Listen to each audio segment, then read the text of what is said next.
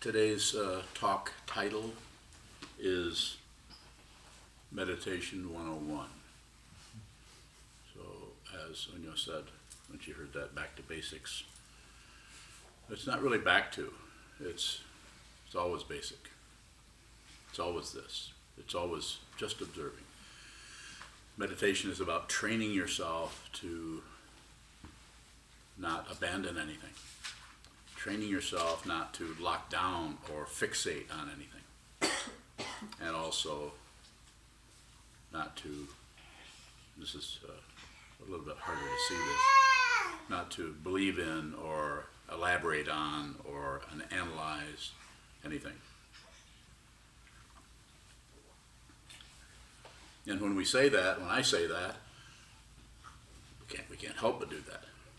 But if we make it an instruction, do it this way, don't do this, then the awareness of how much we keep running away, how much we keep grasping, and how much we keep looking at something, and we just can't see what's in front of us. We instead replace it. And I gave a talk some time ago, probably years ago, called Replacement Thoughts. Something shows up, has some kind of a thought pattern showing up with it, and we replace it with something else. Our ideas, our opinions, our judgments, our evaluations. And they could even be relatively supported or true. This is why people have conversations, because it looks like somebody's getting somewhere. Probably not. So we're going to do some guided meditation, and so all you have to do is, wherever you're sitting, just sit there. If you can hold your back straight, that would be good. Since you're not facing the wall, in this case, just off the tip of your nose, look right down at the floor, or at someone's back if someone's in front of you. And I'll talk a little bit as we do this by way of instructing. Here we go.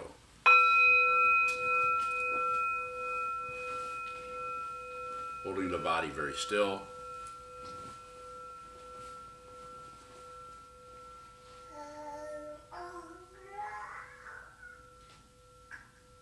Just observe. Whatever is happening in any of the sense fields, including the mind, just observe, just receive what appears without adding anything to it. No interpretation.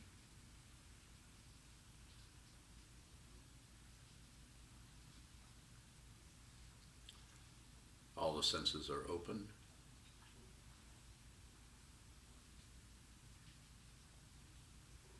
And the only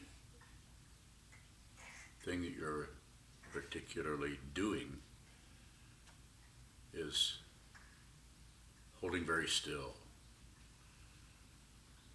If your back is sore, your knee is sore, then intentionally move.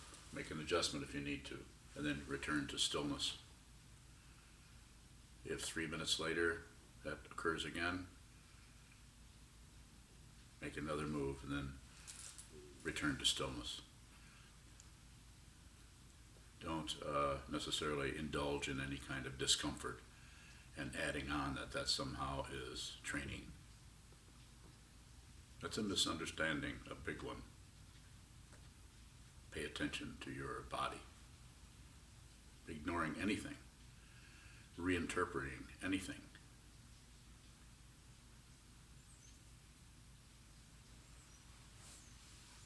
Just keeps the confusion going.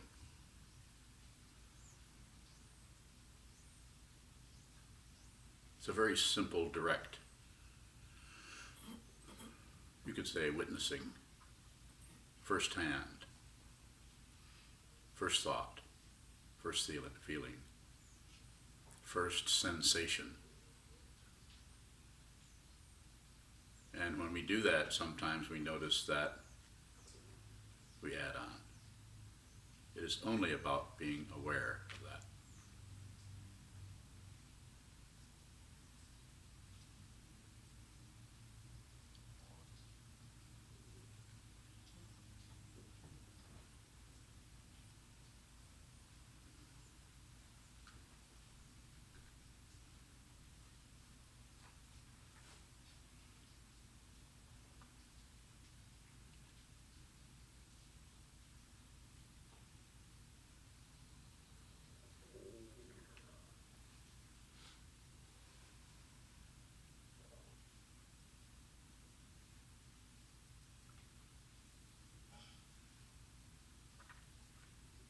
If you are holding very still,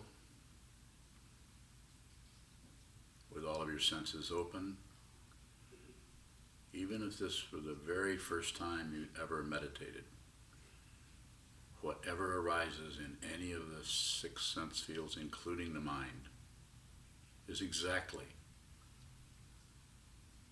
what you need to see in order to return to your original sanity.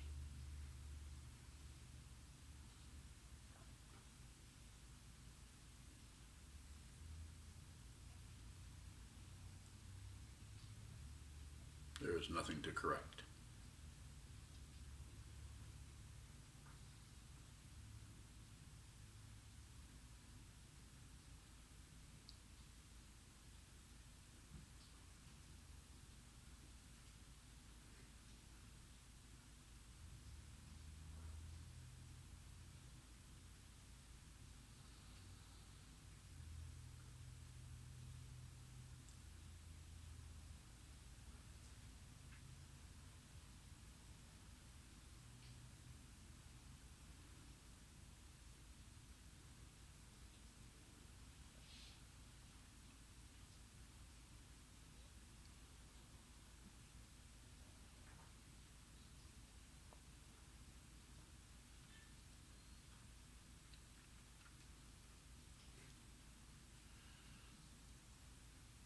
Whatever is moving, thoughts, emotions, memories, sounds outside the building, sounds in the room, movements, just observe.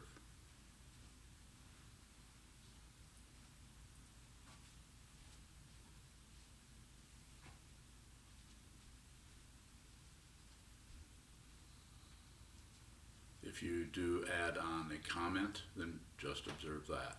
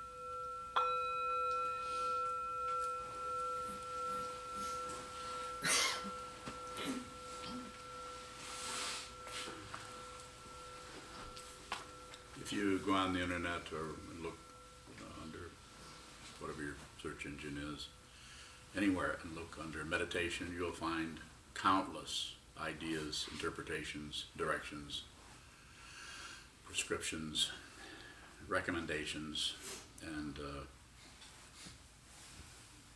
promises.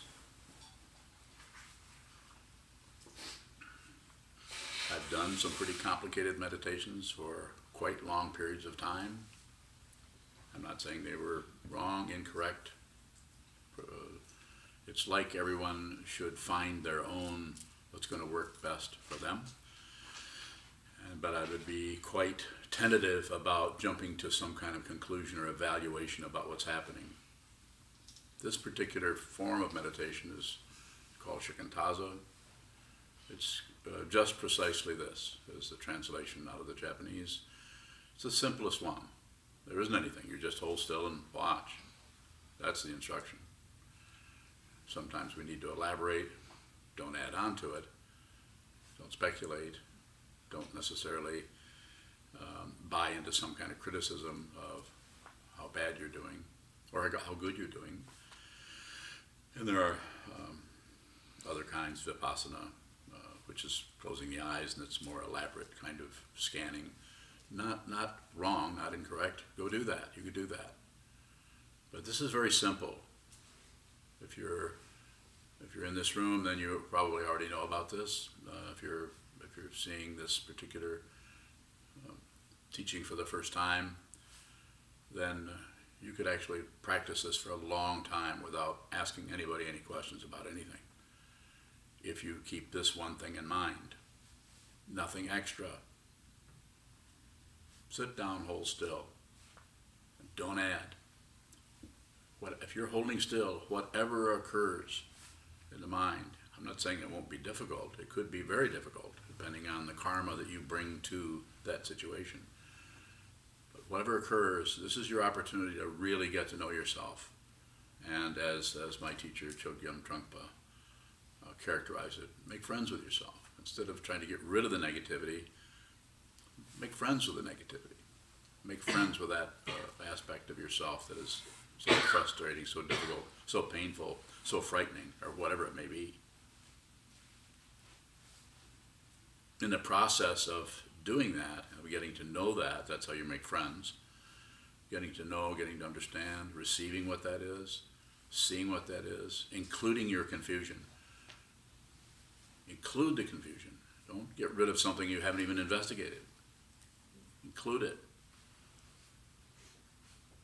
And this allows your awareness to slowly, you could say this metaphorically, is to spread, because it's not held up by what is called in the Heart Sutra, is called walls of the mind, preconceptions, ideas, concepts that just, if you believe anything, this is going to stop you from progressing on a spiritual path. And also don't disbelieve.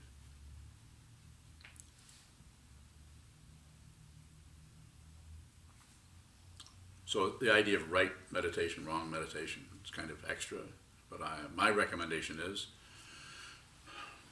keep it very simple. Start very, very simply. If you're sitting here and you want to, you can watch anything that's moving, even if it's your elbow muscle in your elbow twitching, or your diaphragm moving as you breathe. You can watch that. The idea, the way I teach this, is watch whatever you want to, just don't fixate on it as trying to make yourself be a better meditator. And I speak from experience, having done that for decades, and taught it to others based on, I was taught that, so I taught out of what I was taught. I don't teach out of what I was taught, and I don't not teach. Is that right? But I also teach out of how this looks right now. Write this right now. That's where this teaching comes from. It may mean something to you to hear me say that. It may not. I'm not concerned. Not particularly trying to win somebody's approval. I don't even have my own. If you don't understand what I'm talking about, you should ask questions. What do you mean you don't have your own approval? Well, there's no right and wrong, so there can't be any approval, disapproval. That whole polarity is, if you think there's right and wrong, you clamp down on that and try to get rid of one and grasp the other one, you'll spin for the rest of this life until, we're not condemning you to anything, it's just the nature of the mind is to spin until the elements go back into the earth or into the fire. Whatever arises in the mind is an illusion. More? Is right or wrong different from helpful or not helpful? Well, it certainly is wrong to not be helpful. So it's more about the locking down on it than just a tacit understanding of it. Of course, we want to be helpful, but be very careful about adding on to the "I'm just so helpful." Well, I'm only trying to help you. Well, can't they see that I'm can't they see? People are saying. No, they're not. You're saying that in your mind. That's what's happening. So yes, if something like that shows up, then you would look at that, but it would be out of the contrast of it rather than grasping it right and rejecting wrong. This is the very nature of samsara, of delusion. It's just a complete misunderstanding of the whole thing that causes us to shrink into some kind of a self that needs protection, some kind of a self that doesn't want to be anybody to disrespect them, some kind of a self that's somehow in danger and needs to have a holster full of concepts. Can we know if we're being helpful? Probably not. Because if you think you are, then these are thought patterns about something. As soon as something happens and you have thought patterns about it, it's never correct. I mean, it's never reflecting what's there. It's reflecting what's there combined with your ideas about what's there, and your ideas that you actually are aware of, and then the ideas that you're not so aware of, the concepts that you don't know you hold. One of the concepts we all have, projection that we all have, is that we are someone. We're a solid being. Just a misunderstanding, yes. Are we confused if we have certain, what we consider helpful habits, like eating habits or sleeping habits that we think are good for us? Is that a misunderstanding? No.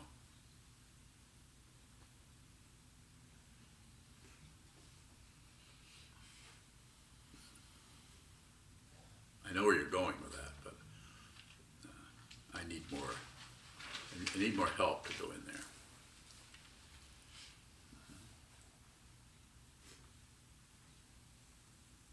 You gonna help me?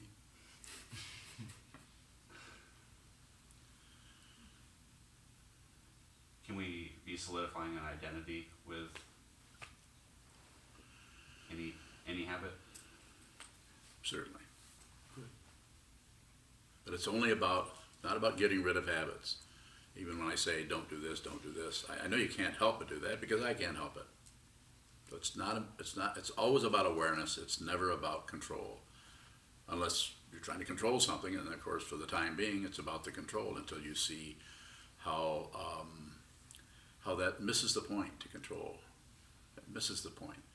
Not that we don't control, our spoon from our bowl of soup to our mouth. We control that spoon to have some soup. Otherwise, we would pour it in our ear. Don't do that.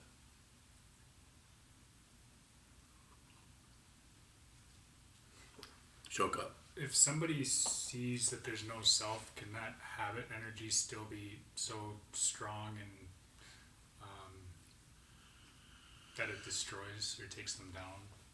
Well, it could be. I mean, if someone's seeing conceptually that there's no solid, sometimes that's the way it happens. We understand it conceptually. We study the five skandhas and study the various provisional teachings, and we see that there's no solid being there.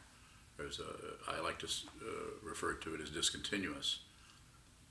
We're there, and then we're not there, and then we're kind of there, and then we have doubts about who we are and what we're doing and how and all of the emotions are playing into that make us feel unstable and insecure, and so therefore we grasp at concepts and ideas and structures and beliefs to help protect us. Belief in the higher power, all the other things, kinds of belief in Buddhism for that matter. Nothing's going to save you. What is the path if there's nothing that's going to save? Yeah, it is a way of working with it so you can see the truth.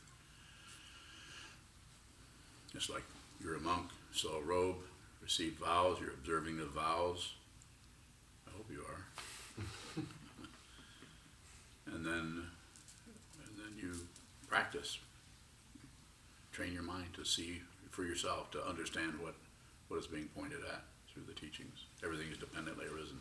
That's difficult to see that. It's easy to think about it, somewhat, but it's difficult to see it with direct perception, a direct seeing of, with no conceptual overlayment, underlayment, nothing about that. You just see it. You don't need proof anymore of anything. If you see it. Water's wet. Fire's hot. Wind is bothersome. Unless you're in a sailboat. Yes, sir. Is it possible to see the path and not be ready to dedicate walking down it? Oh, sure. Yeah, you shouldn't do anything unless you have to. So don't do it. Just continue to look at whatever's in front of you until you see it clearly. If you're going either or, not good. If somebody comes to me and wants to receive vows and they're kind of not really sure about it, I send them away. I go think about it for a while or reflect on it. But it's their business. There are teachers that teach other ways, not incorrect. It's just another way of working with people. I think it's a good idea not to do anything unless you have to do it, and that you could call that patience. You could also call it putting everything in neutral, so you can see where you're actually driving into. Just put it in neutral and look at the life that you're in, wherever you're at in your life. Just look at that before you start to make a movement this way or that way. More? That's the answer. Thank you. Certainly. Shut up. With Shoko's question, the concept of 1.5-fold egolessness came up. Can there truly be a seeing of no self if no other isn't seen?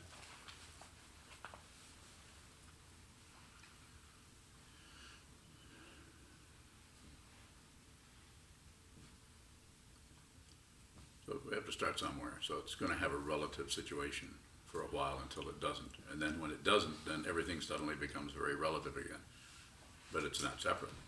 So you actually see the no separation in the relativity. You don't get rid of anything. 1.5-fold egolessness is a way of talking about fruition of the Hinayana path, or seeing through that there's no self in the skandhas, form, feeling, perception, concept, or memory and consciousness, that there's no solid being there that he's protecting. And then, so we need to start somewhere, so that's where we tend to see it there. Yes? Is the Hinayana fruition, like you're talking about it, is that still just an intellectual understanding? No, not necessarily. No, it can be very deep, but there's it looks like more needs to be done there. That's a big thing, to realize that you're not a solid, ongoing being, that there's no solidity there.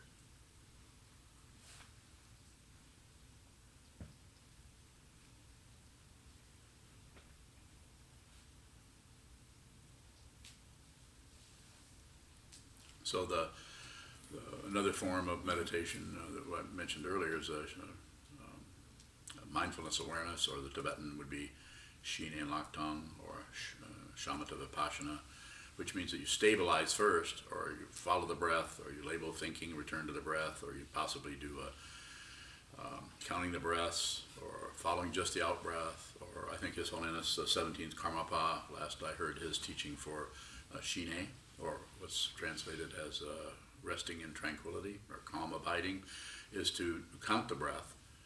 Count the out breath as 1, the in breath is 1, the out breath is 2, the in breath is 2. So 1, 1, 2, 2, 3, 3, 4, 4.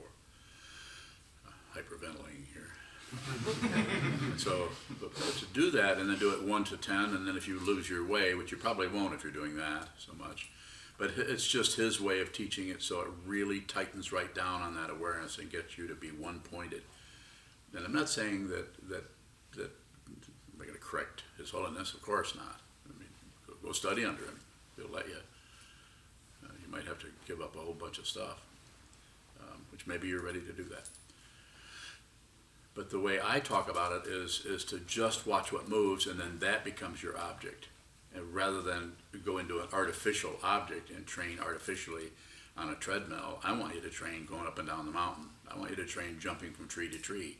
I want you to train falling in the pond. I want you to train somebody throwing you in a trash can, putting the lid on. I want you to train out of your experience of you're here, be this, have the karma, allow the karma to come up through you, rather than create an artificial awareness meditator person who now is ready to do vipassana or panoramic awareness.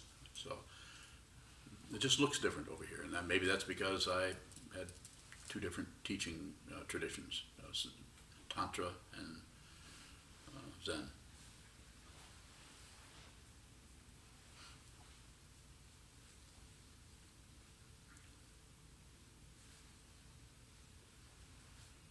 With the way that you teach shikantaza and watching what moves, if we notice that our body is something that's moving and we're given an instruction to be still, Excuse me. is it appropriate to stop the bodily movement? You know, a little bit. So if you're sitting and you're find yourself moving or shifting a little bit, use that as part of your awareness.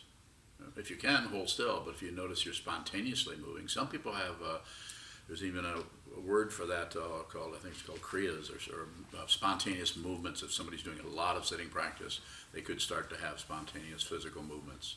Hard to know what the source of that is, but it is very, very possible to know what it is. But it is not an objective knowledge. It's a very, very subjective knowledge, and so you would need to do that rather than have this teaching person tell you what it is, or any teaching person. Don't believe anybody. Don't believe me. Don't believe anybody else. I'm here to help you see who you are, not help you become a Buddhist necessarily or join anything. There's no membership here.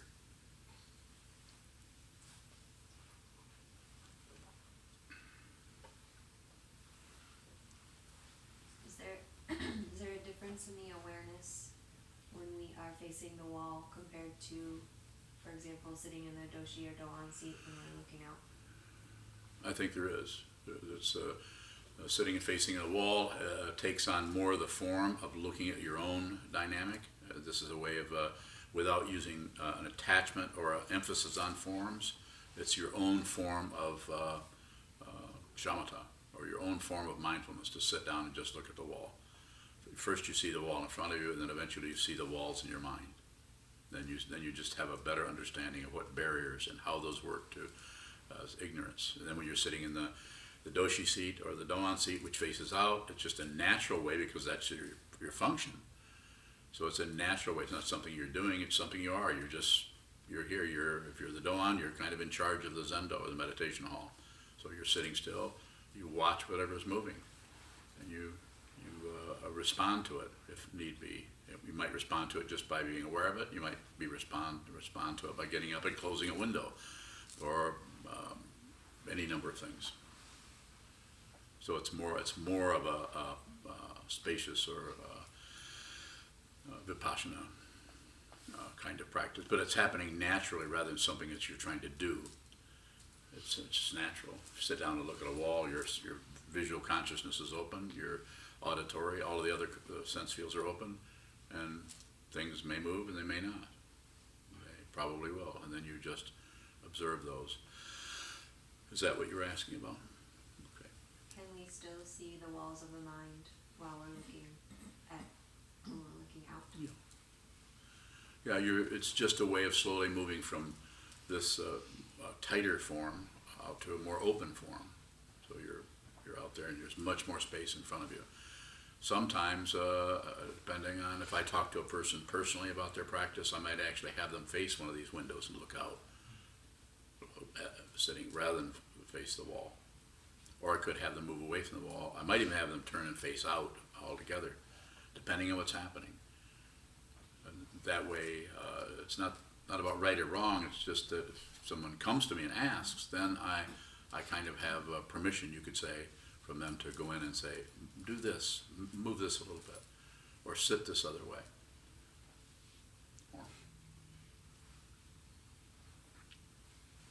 Yoko. When we're at home on our own, is there a time, what would be the indication that we should sit facing out or facing the wall. Is there a way to tell?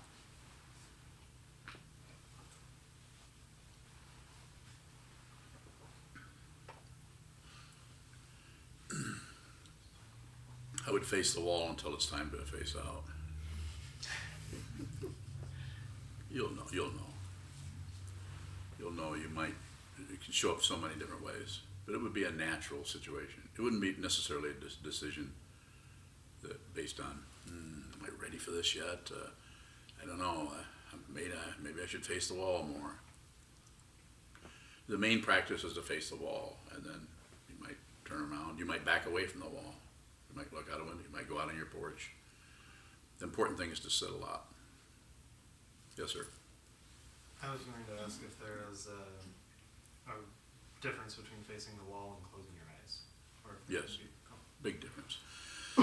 So if you're meditating, you're closing your eyes, you're shutting down on one of the sense fields, and those sense fields are all related to each other. They're all part of the whole sensorium, including the mind. So if you close your eyes, it might even be easier to sit there. You might feel more meditative. Your self-centered part of your mind actually feels like you're getting somewhere because you can actually be more calm. To have your eyes open, it's more difficult because there's more connection with a physical form that's sitting in a physical room. Whereas if you close your eyes, it simulates or fluffs up that whole area of the mind we call the dream. And the daydreaming, it's easier for the daydreaming to happen. This is one of the reasons, when I say reasons, I don't know. I don't teach Vipassana, but there's techniques in Vipassana to actually get you to stay focused on interior things that are happening by scanning the body and so on like that. The same thing with tantric creation completion practices, where you're visualizing deities and working with deities and working with mandalas, working with mantra, working with the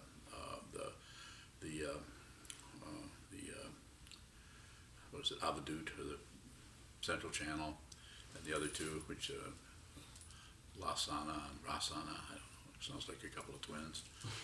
So anyway, those guys are there.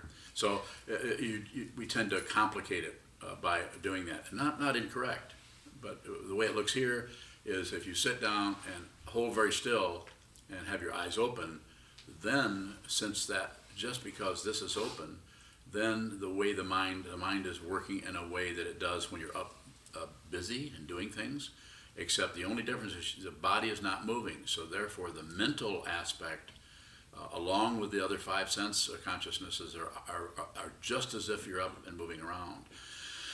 The difference is you're actually able to see the way you confuse yourself.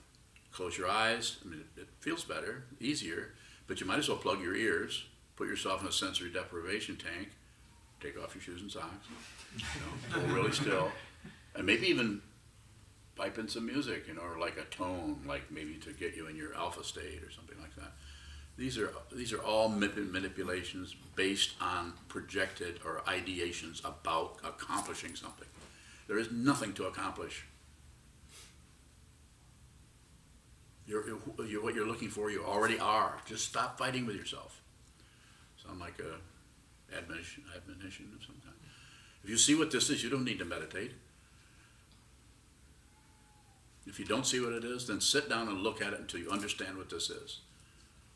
And so that you understand, not something you believe in, but something you actually see. You may need Buddhism, you may not. You may need to go to a sweat lodge. I don't know. You may need to find a shaman. If you're here, that probably says something about it. You don't have to stay here, go somewhere else. Unless you're a student of mine, then you have to get permission. And what I say, go ahead and go. Of course I will.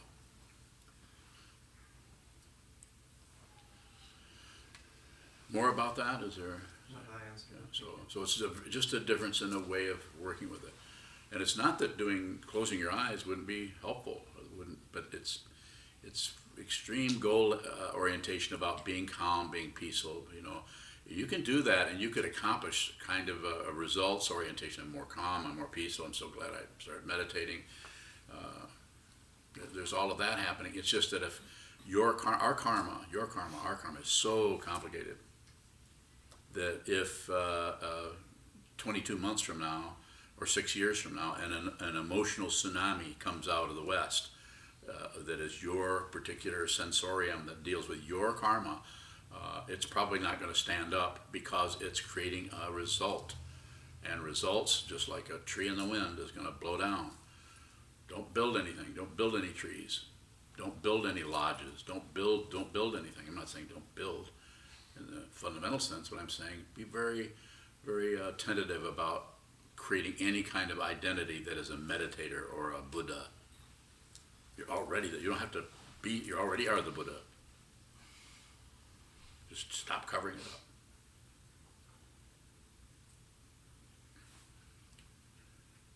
More?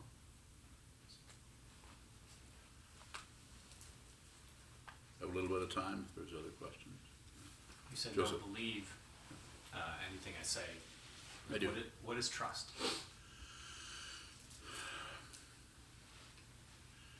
Well, it's an extreme form of giving somebody the benefit of the doubt. Not a good idea to trust anybody because you don't know. I wouldn't even trust this. You don't have to trust it unless you want something else. If you want the world to be different for you. I'm not saying that if you're having an extreme, migraine headache or your nerves are doing something to you where you're extremely ill or sick or you're suffering. It's not that you wouldn't want to get out of that. Of course, it's painful. Nerve endings, that's what they're doing, so it could be painful. But the idea of taking something that's arising and imputing something onto that so that you don't have to examine it anymore. You should always be examining everything all the time. And I don't mean like a kind of a detective looking for proof, but I mean whatever arises, don't believe it, don't disbelieve it, don't look away. If you wanted to use trust, you could, perhaps I could say that trust everything. Don't be selective about it. Selectivity is prejudice or is ignorance. Even though you have all kinds of proof where you should trust this person because you've checked their credentials, but, everybody is. This is all dependently arisen, so I wouldn't trust anything. I don't believe my thoughts, and I have all kinds of them. My mind is probably more crazy than anybody's. It's not real. What is real? Find out. You won't believe it if I told you. I wouldn't want you to believe it. Then they just say, don't believe anything I say? Okay, I'll put you to the test. But don't believe this now. What was I going to say? Blue alligator. Huh? Blue alligator in the kitchen. A blue alligator in the kitchen? Yeah. She's very inventive. What she's alluding to is that you can make up anything. This is the world, this body-mind complex. This is not you. I mean, this body. This is not you. It's an aspect of your consciousness, but it's not you. This is very short-lived. What, 70, 80 years maybe, or shorter, or longer. But it's just coming up in manifestation. But who you actually are transcends everything. It goes beyond everything.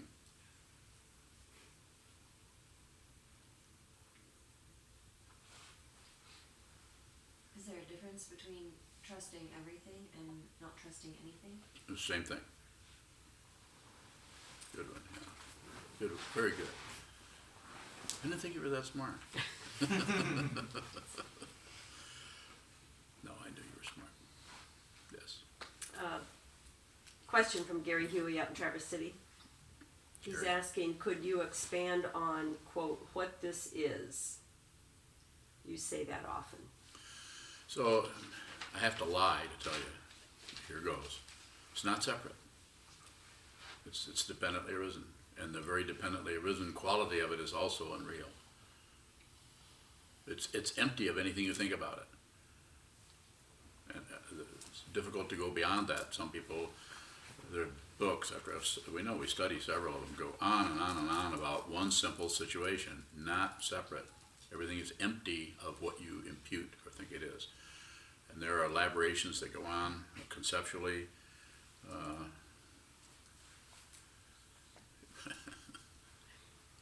study them. Further questions?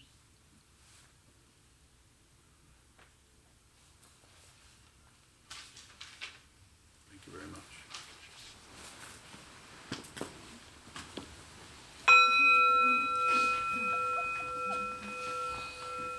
And with that, we'll stand and dedicate the merit in the back of our blue chant books.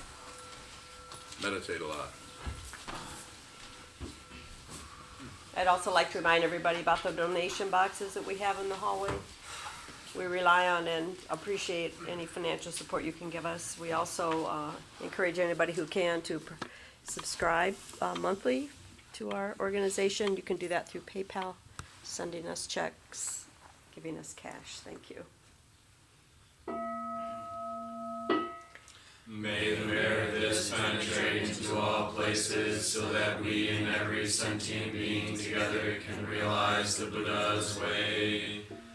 Ji-ho-san, ji-shi-fu,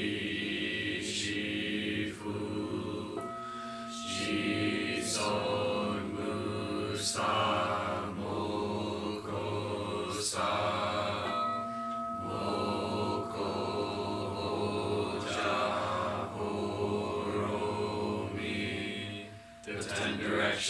The three worlds, all Buddhas, all venerable ones, Bodhisattvas, Mahasattvas, the great Prajna Paramita.